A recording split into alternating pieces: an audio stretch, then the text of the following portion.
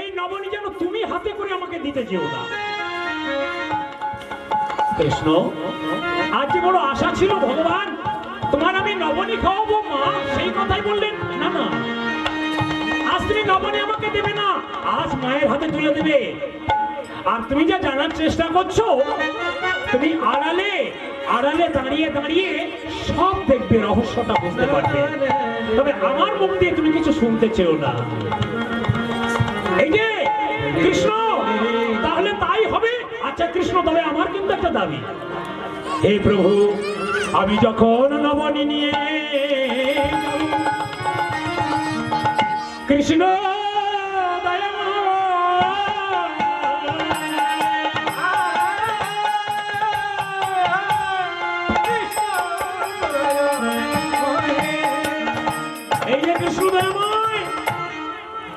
তুমি একটু কৃপা করো। কি করবে না, তুমি ওই বাঁশিটি হাতে নিয়ে আমার ভান্ডের উপরে বসে থাকবে। আচ্ছা ভান্ডারি, আমি যদি তোমার কোলে তোমার ভান্ডের উপর বসি, তুমি কি করবে? আমি নাচিয়া না চিয়া যাব, নাচিয়া না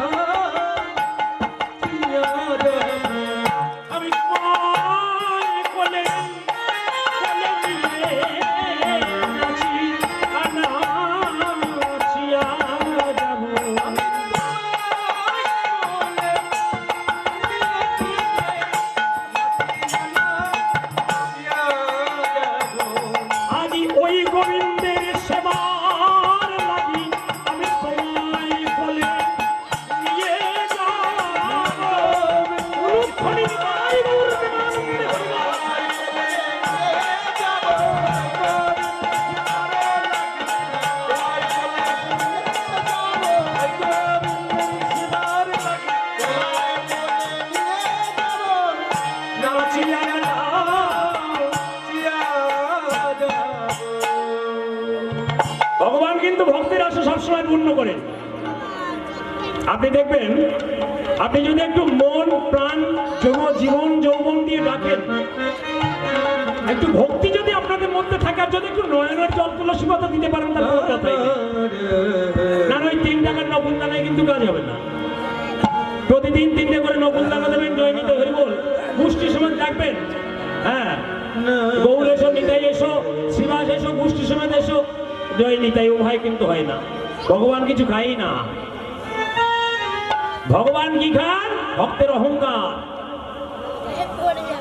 ভগবান একটা তুলসী পত্র দিয়ে ডাকলেই ভগবানকে পাওয়া যায়।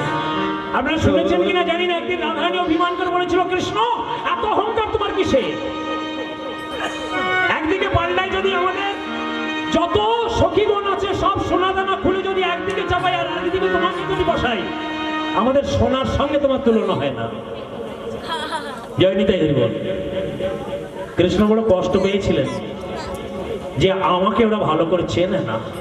আচ্ছা রাধারানী, একটা কাজ করে, পরীক্ষা হয়ে যাক, তোমাদের যত রমণী সমান সোনাদানা আছে, রাধারানী তোমার যত আছে সব একদিকে চাপিয়ে দাও আর এদিকে আমার তুলে দাও, দেখা যাক আজ তোমাদের পরীক্ষা হবে। তা কি করলেন? একদিকে সব চাপিয়ে দিয়েছিলেন, আর এদিকে কৃষ্ণ একদিন মাটি ছাড়া হয়নি।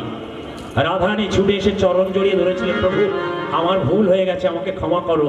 এই ক্ষমা করতে গেলে কি দেখালেন? যে শোনো রাধে, অহংকারী মানুষ আমি সহ্য করতে পারি না, তবে শোনো অহংকার না থেকে তুমি যখন আমার চরণ তলে পড়েছো, তোমার অহংকার সব চলে গেছে। তবে একটা কথা বলি, সময় দেখো, একটা তুলসী পাত্র সোনাদানা নামিয়ে নাও, একটা তুলসী পাত্র ওইদিকে চাপিয়ে দাও, আমি বসে আছি। রাধারানী সব নামিয়ে নিয়ে তুলসী পাত্র চাপিয়ে দিলেন, তুলসী পাত্রের দিকটা ভারী হয়ে গেল, কৃষ্ণ অনেক ঊর্ধ্বে উঠে গেল। এটা কিন্তু ভজন। অহংকার থাকলে কিছুই পাবেন না। আপনি মনে করছেন আমার তো অনেক আছে, কি হবে? জয় নিতাই। উকিল, ব্যারিস্টার, মাস্টার, হাকিম যাই থাক না কেন, জয় নিতাই হরিবোল। আমরা এখানে জন্মগ্রহণ করেছিলাম, এখানেই সব শেষ। আমি কীর্তনিয়া, বড় পরিচয়, কিন্তু জয় নিতাই যদি কোনোদিন লাশ হয়ে যায়, সব এখানে থেকে যাবে, কিছুই সঙ্গে যাবে না। টাকাও যাবে না, পয়সাও যাবে না, বাড়িও যাবে না, স্ত্রী যাবে না, পুত্র যাবে না। একা এসেছিলাম, একাই চলে যেতে হবে। শেষের দিনে শুধুই যাবে একমাত্র যার নাম করে এসেছিলাম, সেই কৃষ্ণ। ভক্তিমতী মায়েরা,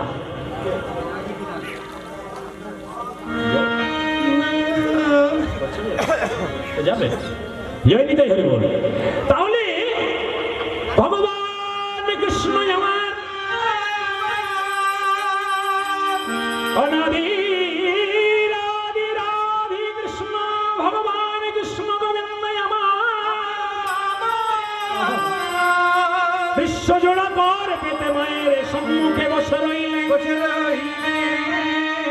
ভগবান। আর এদিকে ভান্ডারী নবনী নিয়ে আসছি, কৃষ্ণ বসেছিলেন খুব আনন্দ। ভক্তের কাছে ভগবান ধরা দেন সবসময়, একটু প্রাণ খুলে ডাকবেন, দেখবেন পেয়ে যাবেন। তবে এই পাপ নয়নে টাকা পয়সা ঐশ্বর্য বিষয় ভালোবাসা ভালো স্ত্রী পুত্র পরিজন সব পাওয়া যায়, ভগবানকে পাওয়া যায়। তাহলে ভগবানকে দেখতে বলছি, দেখবেন কি করে? জ্ঞানের নয়ন দিয়ে। এই জ্ঞানের নয়ন কি করে জাগ্রত করবেন? এই পাপ নয়নটা মুদ্রিত করবেন কোথায়? আপনার মন্দিরে, না হলে কোন মন্দিরে যে নয়নটা মুদ্রিত করে জ্ঞানের নয়ন ফুটাই নয়ন বাড়ি দিয়ে হা কৃষ্ণ প্রাণ কৃষ্ণ হে গোবিন্দ হে নারায়ণ বলে একবার লাগবেন। দেখবেন সম্মুখে যুগল হয়ে দাঁড়ায় যাচ্ছে,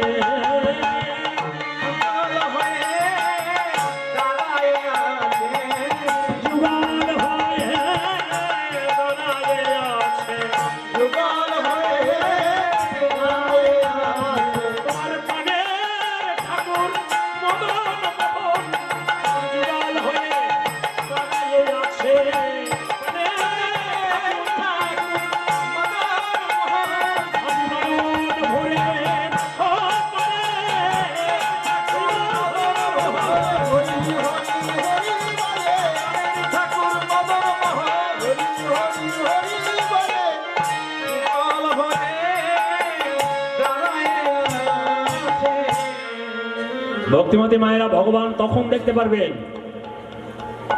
ভগবান তখন দেখতে পারবেন। একাদশী চলে গেল, একটা বড় একাদশী করেছিলেন ভীম একাদশী, তাই না? এই একাদশীতে ভীম সার্থকতা লাভ করেছিল। তাই এই একাদশীটা জীবনে যদি কেউ, একটা কথা বলে রাখি, যদি কষ্ট করে একাদশী নাও করতে পারেন, অন্তত একটা একাদশী করবেন কষ্ট করে, এই ভীম একাদশীটা। যদি না পারেন আর যদি পেরে যান, একাদশীর ফলটা একটু শুনে আছে, একটু পড়ে দেখবেন। যাও, সময় দিলাম। জয় নিতাই, কথাটা বলতে হচ্ছে কারণ একজন আমার ছটফট করছে। জয় নিতাই, তো জয় নিতাই, তো জয় নিতাই। তাহলে একাদশীর পূর্ণ ফল একটু সামান্য জানো। ভক্তিমতী মায়েরা, একাদশী গুলো করবেন, কষ্ট করে করবেন। এই দেহটা শুদ্ধি করতে একাদশী করতেই হবে। তা একাদশীর পূর্ণ ফল কি না? প্রকাশ খণ্ডে 226 পাতায় লেখা আছে একাদশীর পূর্ণ ফল। একাদশী করলে কি হয়, না করলে কি হয়। যারা একাদশী করেন লিখেছেন যে একাদশীর পূর্ণ ফলটা হলো ভগবান অন্তঃশরীরা হলে, অর্থাৎ সব দেহ যখন এই দেহটা হয়ে যাবে, ভগবান একাদশীর পূর্ণ ফল পেয়ে ভগবান তাকে কি করবেন না, কৃষ্ণ নাম কর্ণে দিয়ে তাকে স্বর্গে পাঠিয়ে দেবেন। একাদশীর পূর্ণ ফল। যিনি নির্জল একাদশী করবেন, যদি নির্জল একাদশী করেন, জল পর্যন্ত গ্রহণ না করতে পারেন, শুধু ভীম একাদশীটা কিন্তু করা উচিত, কিন্তু অনেকে পারবেন না। যাই হোক, যারা নির্জল একাদশী করে ভগবান কৃষ্ণ, সে যদি মনে যায়, সেখানে যে দাঁড়িয়ে কি করেন জানেন? সেখানে যে দাঁড়িয়ে তার নয়নে হাত বুলাইয়ে দিয়ে নিজ মূরতি দর্শন করিয়ে কৃষ্ণ স্বরূপকে দেখা দিয়ে তাকে পুষ্প রথে তুলে বৃন্দাবনে নিয়ে যান। জয় নিতাই, হরি বল হরি বল হরি বল। এখানে শেষ নয়, সেই বৃন্দাবন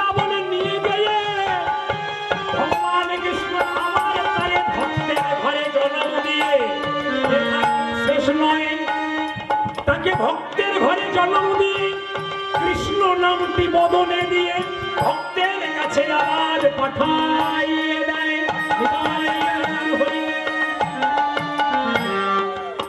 এই জন্য নির্জলা একাদশী করতে হয় আবার আসার জন্য।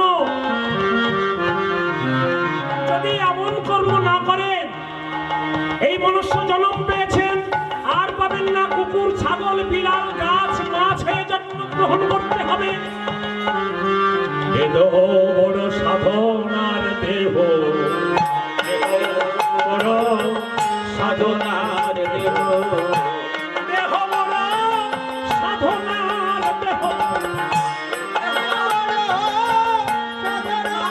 দেহ, বহু কষ্ট করে মিলেছে দেহ, বড় দেহ সাধনার দেহ, কষ্ট করে মিলেছে দেহ, দেহ বড় সাধনার দেহ।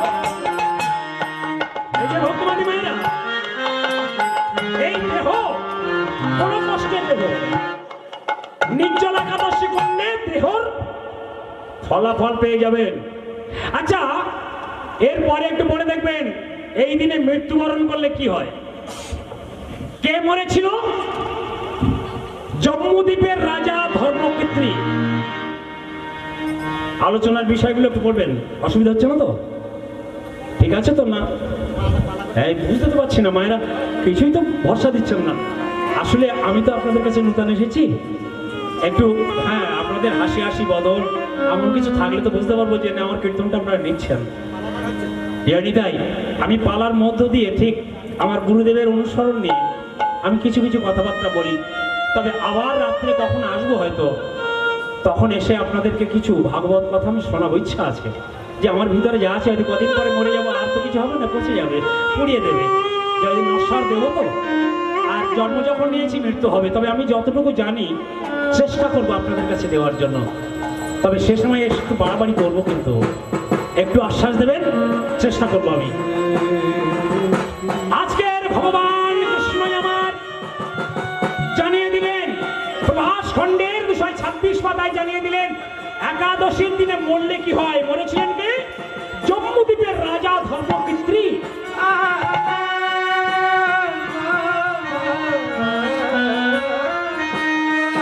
অহংকারী রাজা, অত্যাচারী রাজা। প্রতিদিন এত অন্যায় করতেন কল্পনার বাইরে। একাদশীর দিনে তিনি বনের মাঝে গেলেন হরিণ শিকার করতে। একটু খেয়াল করবেন কিন্তু ভক্তিবাদী মায়েদের বাবাদের কাছে আমার একটা নিবেদন, একাদশীটা পালন করবেন। যদি না পারেন একটা, আর পারলে তো সব ভালো। আর যদি না পারেন কোনো দিন এই একটা বাদ দেবেন না, একটা কষ্ট করে করবেন। তো শুনুন, একাদশীর জন্য মরলে কি হয়। জম্মুদ্বীপের রাজা ধর্মক্ষেত্রী একাদশীর দিনে হরিণ শিকারে বেরিয়ে গেলেন জঙ্গলে। তো রাজা তো মন্ত্রীদের সঙ্গে করে নিয়ে গেলেন, রাজমহলে যাদের ছিল সবাইকে নিয়ে গেলেন, যে বনের মধ্যে একটা হরিণকে ঘেরাও করে ফেললেন মারবে বলে। কিন্তু রাজা মনে মনে চিন্তা করলেন হরিণটাকে ধরে নিয়ে যাবো আজ, প্রতিদিন হরিণ মেরে দিই, আজ ধরে নিয়ে যাব। তা শোনো, রাজমহলের যত মন্ত্রী যত কর্মচারী তাদেরকে বললেন হরিণটা যার দিক দিয়ে পালিয়ে যাবে তার গর্দান দিয়ে দেবো, হরিণ ধরতেই হবে। এখন যাদের সংসার আছে, যারা ভগবানকে ভালোবাসে, তারা ডাকছে হে কৃষ্ণ, হে দয়াময়, আমাদের সংসার আছে, সংসারের জন্য আমরা কর্মচারী মন্ত্রী হয়ে বসে আছি টাকার লোভে। তো আমাদের দিক দিয়ে যদি হরিণটা পারলেই যায় তাহলে তো আমাদের গর্দান যাবে, ঠাকুর একটু দয়া করো। সবাই কি করছে জানেন? অন্তরে রাখছে কৃষ্ণ কেশব কৃষ্ণ কেশব কৃষ্ণ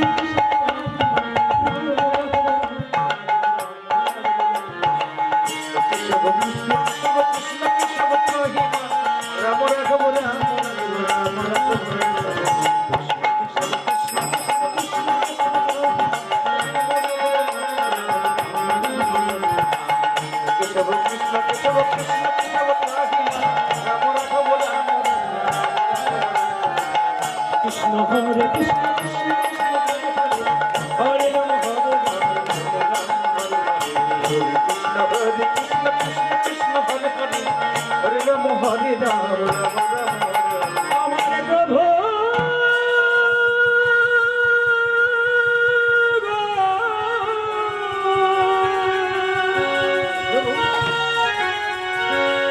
প্রভু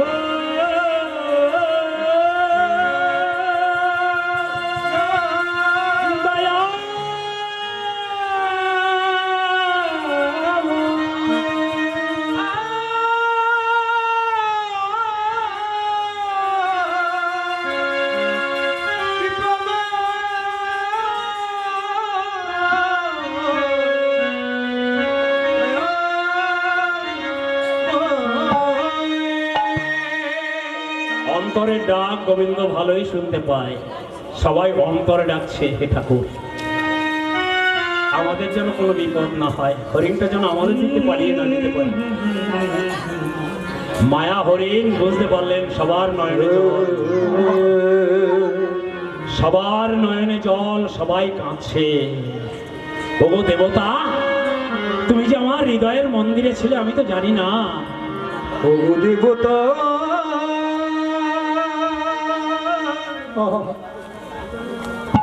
ব্যথা হারি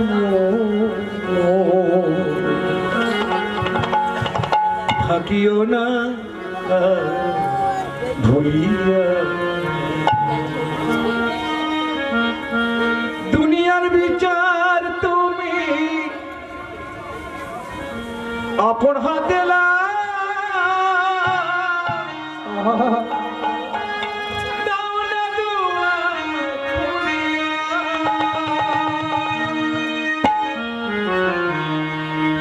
গো দেবতা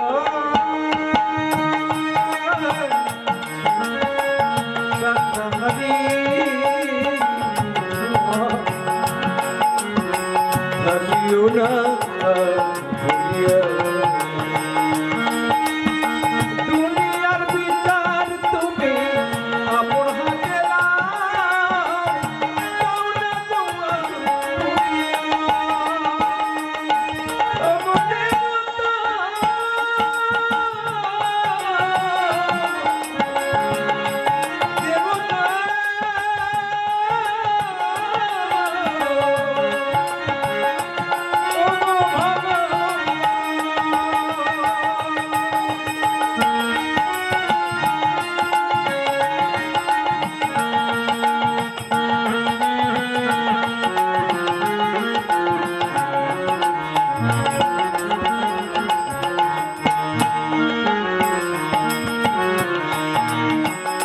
দিচ্ছে বিশ্ব তোমারই কারণ, তুমি ছাড়া পশু কে করে বারণ, দিচ্ছে বিশ্ব তোমারই কারণ, তুমি ছাড়া পশু কে করে বারণ, তুমি যে আমার আমি যে তোমার, দাও না কোলে তুলিয়া, ও তুমি আমার আমি যে তোমার, দাও না কোলে তুলিয়া,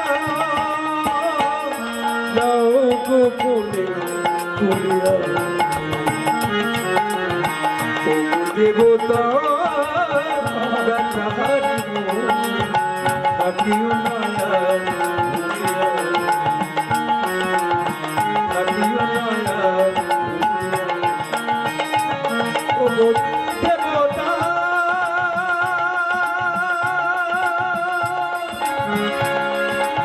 ও গো দয়াময়,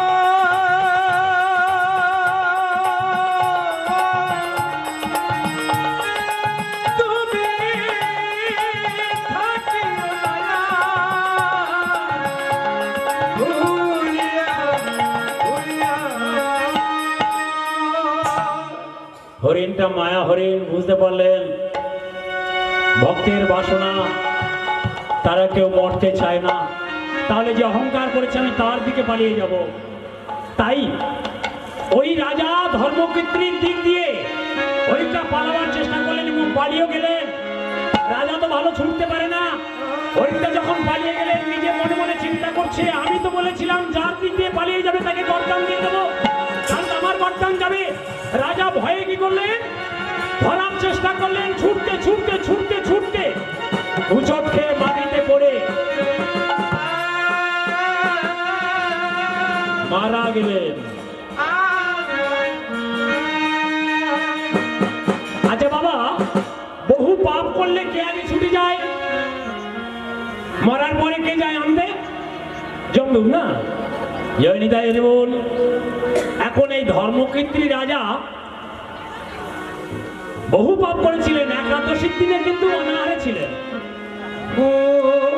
ওই দিনে কিছু খাননি, হরিণ শিকারে গিয়ে মৃত্যুবরণ হয়ে গেছে অজান্তে, কিন্তু না জেনে অজান্তে অনাহারে ছিলেন, হরিণ শিকারে গিয়েছিল একাদশীর দিনে। সেদিন যে একাদশী সেও জানে না, তো ওই দিন মরে গেল। যমদূত চিন্তা করলেন বহু পাপ করেছে, কত খুন রাহাজানি, বহু সাজা। তা বহু সাজা দিতে গেলে কার কাছে শুনতে হয় বাবা? চিত্রগুপ্তের কাছে না? কারণ পাপটা, আমাদের যত পাপ লেখা আছে কোথায়? চিত্রগুপ্তের খাতায়। চিত্রগুপ্ত বলবে, যমদূত তাকে সাজা দেবে, তা নাহলে সাজা দিতে পারে না। লেখা আছে কি কি পাপ করেছিলাম আমরা, কোথায় যেতে হবে, কোথায় জন্ম হবে, সব লেখা আছে। এবার যমদূতের লোক কাঁধে করে নিয়ে চিত্রগুপ্তের চরণ তলে দিয়েছে, দিয়ে বলছে এই মহাপাপীর কি সাজা হবে একবার বলে দাও। এখন চিত্রগুপ্ত বলছে বহু পাপ তো লিখেছিলাম, দেখছি। খাতাটা খুলে দেখলে শুধু নাম লেখা আছে ধর্মক্ষেত্রী রাজা, আর পাপগুলো সব ধুয়ে মুছে সাফ হয়ে গেছে। কি গো চিত্রগুপ্ত, কি সাজা হবে বলো? বলছে একটা বিপদে পড়েছি, কি জানো, আমি অনেক পাপ লিখেছিলাম, কিন্তু এখন দেখছি এখানে একটা নাম লেখা আছে ধর্মক্ষেত্রী রাজা, কোনো পাপ লেখা নেই। এই সর্বনাশ, তাহলে একে সাজা দেবো কি করে? বললো একটা ব্যাপার তো ঘটে গেছে, আচ্ছা এক কাজ করি, তুমি আর আমি কাঁধে করে মহেশ্বরের কাছে নিয়ে যাই, দেখে কি সাজা গ্রহণ করতে পারে। দেবালোকে নিয়ে যাই, দেবতাগণ নিশ্চয়ই জানি এই সাজাটা এমন হলো কেন। এখন চিত্রগুপ্ত যমদূত কাঁধে করে মহেশ্বরের চরণ তলে নিয়ে ফেলে দিয়েছে। ঠাকুর,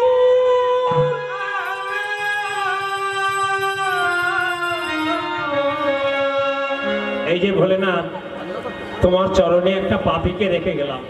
দাঁড়াও দাঁড়াও দাঁড়াও, রেখে গেলাম মানে? আচ্ছা ঠাকুর, এই ধর্মক্ষেত্রী রাজা বহু পাপ করেছে, কিন্তু আর কি সাজা হবে বলতে পারছি না। অনেক সাজা তো লিখেছিলাম, কিন্তু আজ কিছু নেই। আচ্ছা ঠাকুর, তুমি কি বলতে পারবে সাজাটা কি হবে? এখন ভোলা মহেশ্বর কি করলেন, আস্তে আস্তে ওই কর্ণটা হৃদয়ের কাছে পাত করলেন। দেখি কত বড় পাপী, কানটা হৃদয়ের মাঝে দিলেন, দিয়ে কি দেখছে জানেন, কি শুনছে জানেন? ভিতরে কৃষ্ণ নামের ধ্বনি হচ্ছে, কৃষ্ণ নামের ধ্বনি হচ্ছে। যখনই কৃষ্ণ নামের ধ্বনি হচ্ছে, চুপ করেছে। সর্বনাশ, এই যাকে পাপী বলছে তো পাপী নয়, এই সুযোগ তো কাজে লাগাতে হবে। ভক্তিমতী মায়েরা, ভগবান দেখুন কি করেছে, বলছে এই সুযোগটা তো কাজে লাগাতে হবে, এদেরকে বললে হবে না। এদেরকে কি বললেন, বললো এই পাপীর কি সাজা হবে আমি ঠিক বলতে পারছি না, তবে যার মাল তার কাছে পৌঁছে দেওয়া ভালো, তার কাছে পৌঁছে দেওয়া ভালো, যার মাল। আচ্ছা ঠাকুর, সে কথা বুঝতে পারছি না তো, কার মাল বললেন? এ কৃষ্ণের মাল, কৃষ্ণের চরণে পৌঁছে দেওয়া ভালো। জয় নিতাই, কৃষ্ণই বলতে পারে কি সাজা হবে। তা কি করলেন, বলছে তাহলে তো যেতে হবে, তোমাকেও যেতে হবে মহেশ্বর। বললেন হ্যাঁ আমাকে তো যেতে হবে, তবে শোনো আমার দেহটা ভারী। চিত্রগুপ্ত মধ্যে থাকবে, যমদূত সামনে থাকবে, আর আমি কিন্তু ওই যেদিকে ভার কম সেই দিকটা নেব। ভগবান যেজন কৃষ্ণ ভজে সে বড় চতুর, কত চতুর দেখুন এই মহেশ্বর। মহেশ্বর কিন্তু ভগবান কৃষ্ণকে খুব ভালোবাসতেন, তা কত চতুর দেখলেন, মনে মনে চিন্তা করলেন এই চরণটা ধরে যদি কৃষ্ণের কাছে আমি পৌঁছাতে পারি, কৃষ্ণকে বড় খুশি করতে পারবো। তাই তিনজনাতে কাঁধে করি কৃষ্ণ চরণে যাও, তিনজনাতে কাঁধে করি কৃষ্ণ চরণে যায়। কৃষ্ণ নাম গাইতে গাইতে সেখানে হয়, কৃষ্ণ নাম গাইতে গাইতে সেখানে হয়, কৃষ্ণ নাম গাইতে গাইতে সেখানে হয়। সেখানে গেল ভাই, সেখানে গেল ভাই, কৃষ্ণ যেখানে তাই সেখানে গেল ভাই, তাই সেখানে গেল ভাই, কৃষ্ণ যেখানে তাই সেখানে গেল ভাই। চরণ জড়ায়ে ধরে তাই আনন্দ হইব।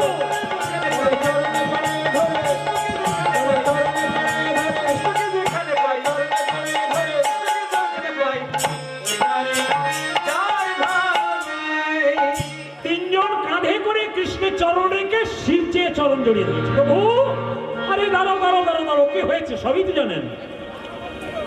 স্বয়ং ভগবানকে কিছু বুঝতে পারছেন না, সবই জানেন। আচ্ছা মাস্টার কি হয়েছে বললেন ঠাকুর?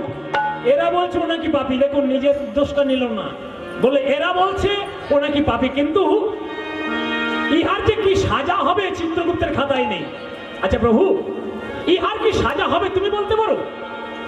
বললেন মহেশ্বর, ওর যে সাজা হওয়ার দরকার ছিল সে সাজা তো তোমরা দিয়ে তবে আমার কাছে এনেছো। আমরা সাজা দিয়েছি? বললেন হ্যাঁ। আরে মহেশ্বর, যারে যোগী মুনি ঋষি যার তপস্যা করে পায় না, সে নাকি একটা পাপীর চরণ ধরে কাঁধে করে আমার কাছে এসেছে, এটা হতে পারে? কত বড় ভক্ত তাহলে চিন্তা করো, যে তাকে কাঁধে করে তোমরা আমার কাছে নিয়ে এসেছো। এই দেখো, যমদূত লেখার ভয়, যমদূত সাজা দেওয়ার ভয়তে সম্মুখে দাঁড়িয়ে যেন কেউ তাকে সাজা না দেয়, তাই সামনে কাঁধে করেছিল। আর চিত্রগুপ্ত লেখার ভয়ের মধ্যে লুকিয়েছিল। সাজা তোমরা দিয়ে ফেলেছো, আমরা কি করে দেবো? বললেন ঠাকুর, ব্যাপারটা তো বুঝতে পারলাম না। বললো শোনো, ওই চিত্রগুপ্ত যমদূত যে কথা ভাবছে সে কথা নয়। পাপ লেখা ছিল, পাপ মুক্ত হয়ে গেছে। কেন জানো? এই ধর্মকীর্তির রাজা অপরাধী ছিল, কিন্তু একাদশীর দিনে মৃত্যুবরণ হয়েছে, অনাহারে ছিল, তাই ওর পাপ ধুয়ে মুছে ছাপ হয়ে গেছে।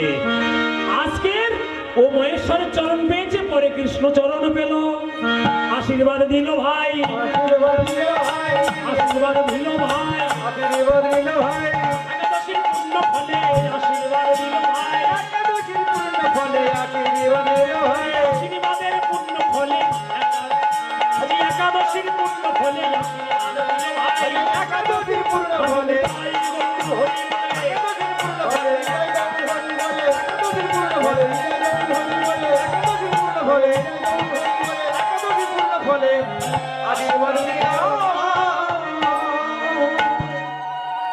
তাহলে ভক্তি, হ্যাঁ জয়ের ধ্বনিটা হচ্ছে, কিন্তু সবার মুখে হচ্ছে না। একটু কালো বলে কি সবার পছন্দ হচ্ছে না? জয় নিতাই হরি বল। ওমা, জয়ের ধ্বনি তো আমাকে দেবেন না, জয়ের ধ্বনি দেবেন তো ভগবানের জন্য। এই সময় যদি একটু কাজে না লাগান বড় অসুবিধা না? দেখুন, একটা মরিচা ধরা লোহ, অপরাধ নেবেন না কিন্তু, আপনারা বলাচ্ছেন তাই বলছি না, আমি বলতাম।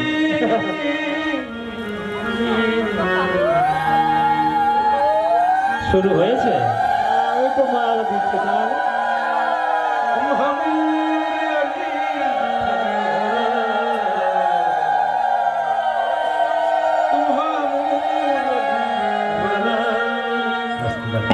ভক্তিমতী মায়েরা, শুরু যখন বলেছি বলতে তো হবে।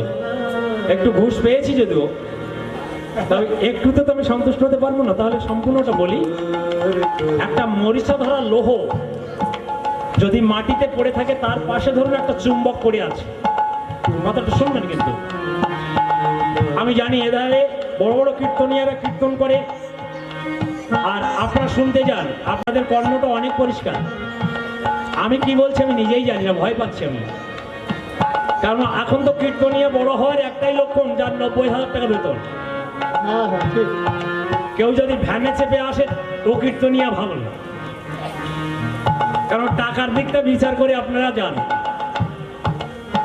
কিন্তু অনেক সময় দেখা যায় চুটে ইঁদুরে ঢোল কেটে বেরিয়ে যায়, সেটা কিন্তু খেয়াল করেন না।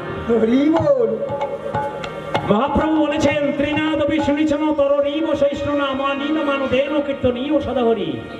কাউকে ছোট করবে না, কথা কিন্তু একই। কেউ একটু ঘুরিয়ে পিছিয়ে বলে, কেউ সানাই বাজাবে, কেউ ভ্যালবাসি বাজাবে, জয় নিতাই এই তো কীর্তন। তবে জয় নিতাই শুনুন, তাতে দুঃখ নেই। তবে আমার বেলায় একটু জয়ের ধ্বনি দিতে আমি কেন বলছি, মরিচা ধরা লোহ পড়ে আছে পাশে চুম্বক, তা সেই চুম্বক দাঁড়িয়ে আছে, লোহকে আকর্ষণ করতে পারছে না। কেন? ওই লোহের গায়ে মরিচা আছে তাই। কিন্তু ওই লোহটাকে যদি হাতুড়ি দিয়ে পিটিয়ে পিটিয়ে ছড়িয়ে দেওয়া যায়, তাহলে দেখবেন মরিচা ঝরে যদি যায় চুম্বকের গায়ে আকর্ষণ হতে পারে। যদি মরিচাগুলো সরে যায় তাহলে দেখবেন সেই রকম বাড়ি মারতে হবে, তাহলে মরিচা সরে যাবে, চুম্বকের সঙ্গে আকর্ষণ হয়ে যাবে। তাই এখানে লোহকে ভক্ত, চুম্বককে গোবিন্দ, হাতুড়িকে আমাদের মতন কীর্তনিয়া। তো প্রথম থেকে তো আমি পেটানো শুরু করছি, এরপরেও যদি মরিচা সরে না যায় তাহলে যে ওই যে ভক্ত আর ভগবানের মিলনটা কি করে হবে? তো জানি নাই, তাহলে আমি হাতুড়ি দিয়ে পেটাতে থাকি আর আপনারা যাকে ধরার তাকে ধরতে থাকুন, তাহলে তো টাকা উশিল হবে, নাহলে এত কিছু দেবেন কি করে? জয়নি তাই হরি বল। হ্যাঁ, আচ্ছা, মরিচা যে সরে গেছে কি করে জানবো? একটু জোরছে উলুধ্বনি হৃদয় হরি বল।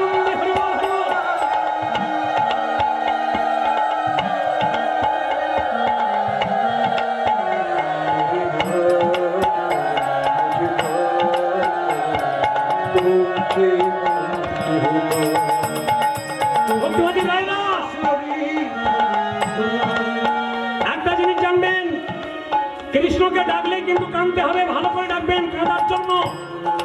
কৃষ্ণকে সুখের জন্য কেউ ডাকবেন না। যত কাঁদবেন তত কৃষ্ণকে পাবেন। কৃষ্ণকে যদি মনে করেন সুখের রাশি, তাহলে ভুল করবেন। সুখের চিন্তা করে কৃষ্ণকে ডাকবেন না। আপনারা জানেন না রাধারানীকে কত কাঁদিয়েছিল? রাধারানী বলেছিলেন, কৃষ্ণ তুমি আমাকে বারে বারে কাঁদাও, কৃষ্ণ তোমার জন্য আমাকে কাঁদতে হয়। রাধা কাঁদে রাধে রাধে, যেমন শ্রী রাধা কাঁদে স্বামীর রাগে, তেমনি করে কাঁদিয়া তোমারও লাগে, যেমন শ্রী রাধা কাঁদে, যেমন শ্রী রাধা কাঁদে স্বামীর রাগে, তেমনি করে কাঁদিয়া তোমারে লাগে, যেমন শ্রী রাধা কাঁদে।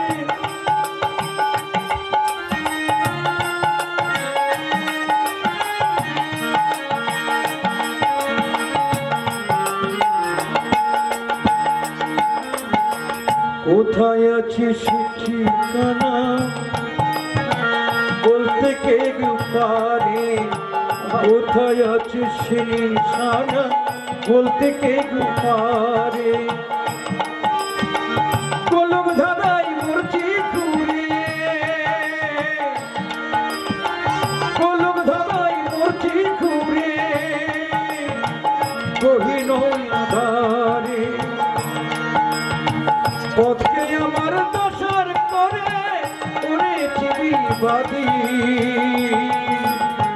তেমনি করে কাঁদিয়া তোমার লাগে, যেমন শ্রী রাধা কাঁদে স্বামীর লাগে, তেমনি করে কাঁদিয়া তোমার লাগে, যেমন শ্রী রাধা কাঁদে স্বামীর লাগে। উলুধ্বনি উলুধ্বনি হৃদয় হরি বল হরি বল। তোমার লাগে, যেমন শ্রী রাধা কাঁদে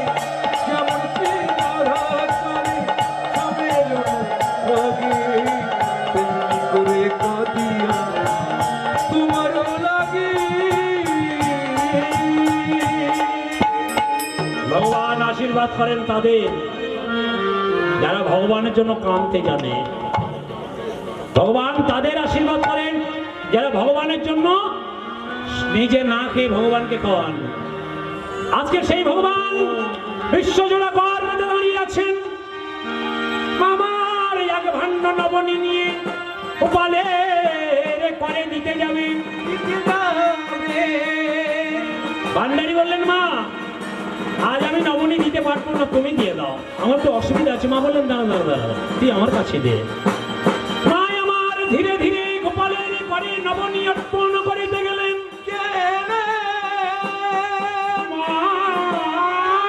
জানি এক ভাণ্ড নবনীতে কর পূর্ণ হয়ে যায়। আজ মা আমার ধীরে ধীরে নবনীতি করে যখনই দিয়ে দিল, কি দেখলেন? পরের তলদেশে নবনীটা পড়ে আছে, একটা দাগ পড়ে গেল, পূর্ণ হলো না।